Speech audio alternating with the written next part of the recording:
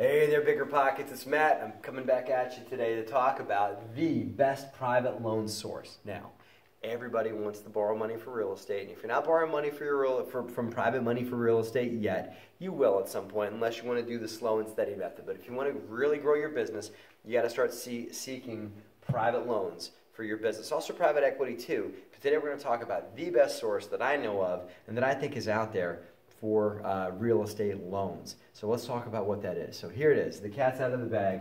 This is the self-directed IRA. For those of you that have been around for a little bit, you've heard of this.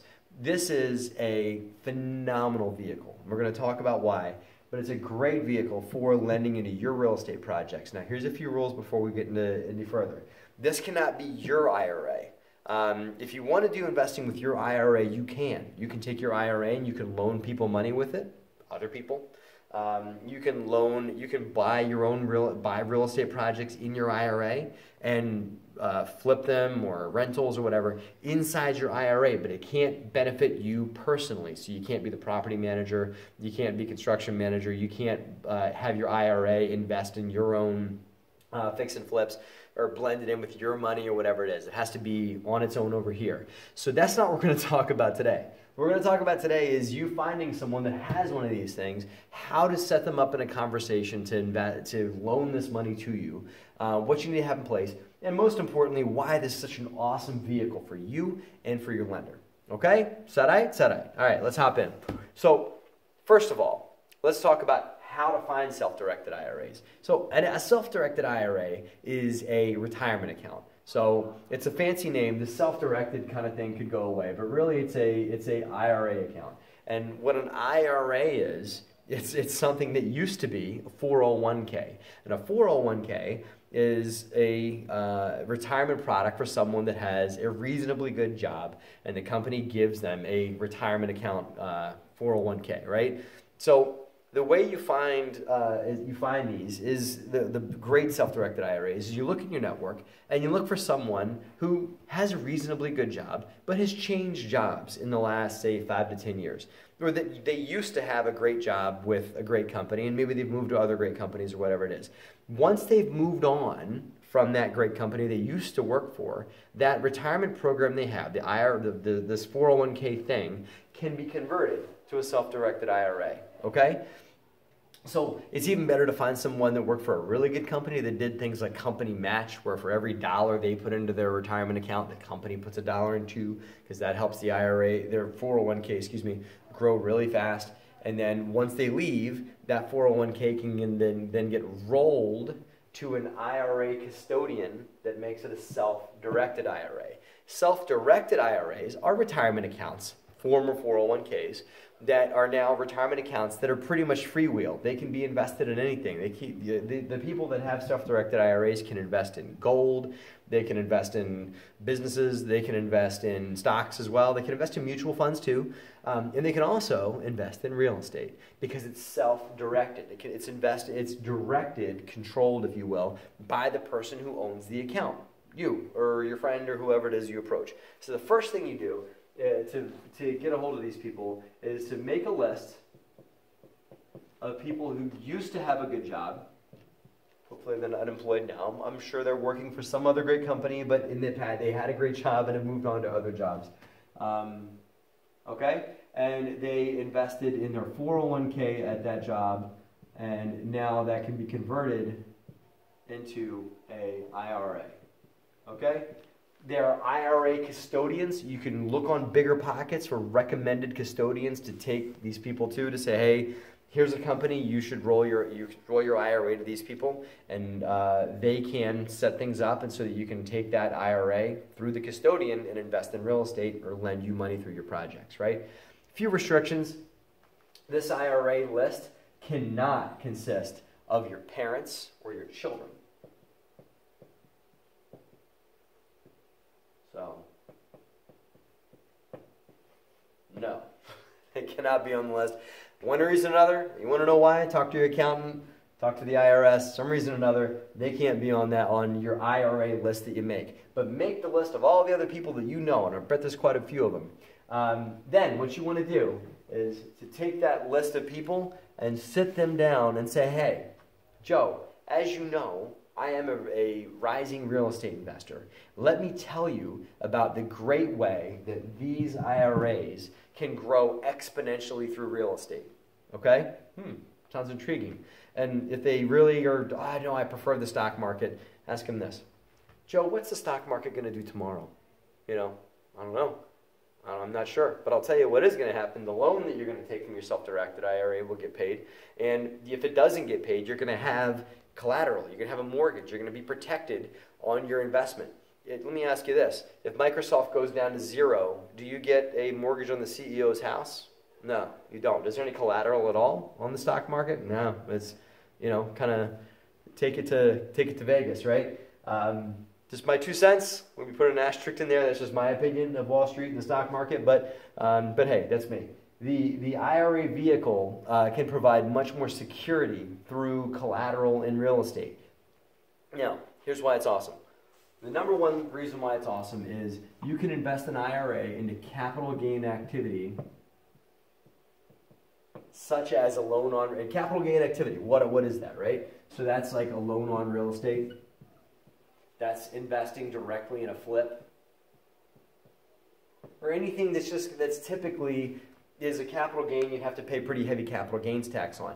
Here's why self-directed IRAs are awesome. This is reason number one. The self-directed IRA is a retirement vehicle. It's tax deferred. If they make money in loaning you money or in participating in a flip or whatever it is that they do, the money they make here doesn't have to get taxed. So every dollar they make goes back into the IRA. So if this IRA has $100,000 and it invests in a loan, and this loan pays 10% over 6 months, so real quick, that's $105,000. If you did that out of your own pocket, this $5,000 would be taxable. Because it's a self-directed IRA, it's not. It is taxable, but not until you start taking the money out after you're 59 and a half, right? So that's what's great. Now they can take this $105,000 and what can they do? They could give it back to you on your next project. Now they've got $105,000. They invest it again at 10% and on and on and on. And maybe this 105 turns into 112, right? Then they can do it again. And this 112 on and on and on turns into like a really big number. Now, the capital gains reason number one, self-directed IRAs are awesome for them, right? Here's reason number two. And this is what I'm alluding to here, right? This is called the rule of 72, okay? Here's how the rule of 72 works. This was discovered by Einstein, and he said things like, you know, there's the eighth wonder of the world, compounded interest. Those that understand it earn it. Those that don't pay it. Okay. Here's how the rule of 72 works. So the rule of 72 says this right here is called compounded interest. So compounded interest means I'm taking my $5,000, which is my gain, and I'm reinvesting it back into the same vehicle that paid me that interest. So that means I'm taking interest and rolling it on top and reinvesting my interest. And so it grows like this. My loan does, okay? So the rule of 70, I'm going to get on my hands and knees here. The rule of 72 says that if I take a loan and it's making this rate of 10%, if I take the number 72 and divide it by the interest rate that I'm earning on that loan, right? That's compounded. This is compounded annually. This example I gave you was compounded every 6 months. So this is even further. This is even more conservative. And if I take 72 divided by that number 10, I get 7.2. Guys, that's how long it will take that money to double, right? Under compounded interest. Double. What? So that's number one. Number two is the rule of 72. I can double your money through a collateralized something. So you have something you can come and take if I don't pay you. When you have a mortgage on the property, you can double it up in 7.2 years, right? So again, if they have 100K, in 7 years, they'll have 200, right? And then in 7 more years, they take 200, they'll have 400, right? You go 7 more, do it again. The 400 turns to 800, right?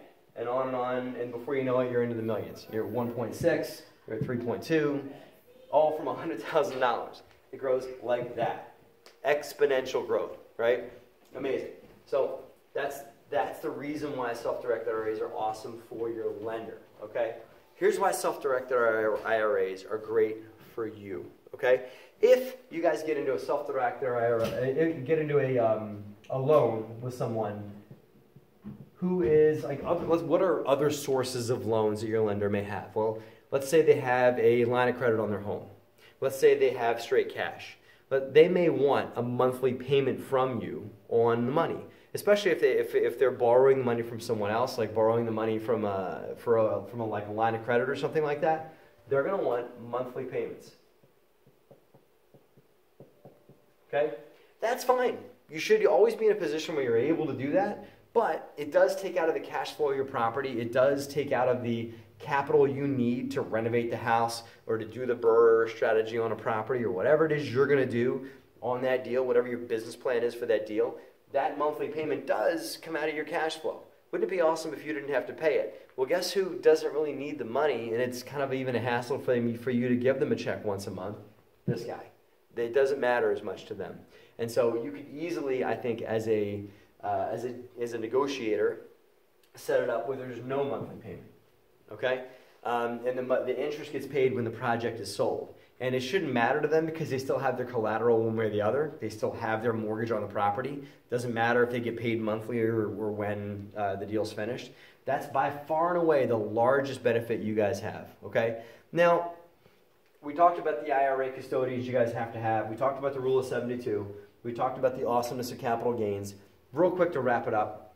You still have to have things like what you guys have to have set up in place is a mortgage note. This depends on what state you guys are in. Same documents you would need to have if you're borrowing money from somebody else that wasn't using an IRA. But in New Jersey, where I am, and in most other states around here, you need to have a mortgage note. You need to have a mortgage security document, a note and a mortgage. And those two documents get sent to the self-directed IRA custodian. They keep it on file. They wire the money to your title company, and off you go. It's one hurdle you have to do. You're not going to get one of these things closed if you've got to close in like 2 to 3 days. You typically need like 2 to 4 weeks to close a deal with the self-directed IRA. That being said, it's a phenomenal vehicle, and it is a win-win, which is my favorite kind of wins, or win-wins, where both parties win, because your lender benefits greatly. I mean, they can have exponential growth in their IRA, and you can have pretty much unlimited capital access to no mortgage payments, right? So make that list.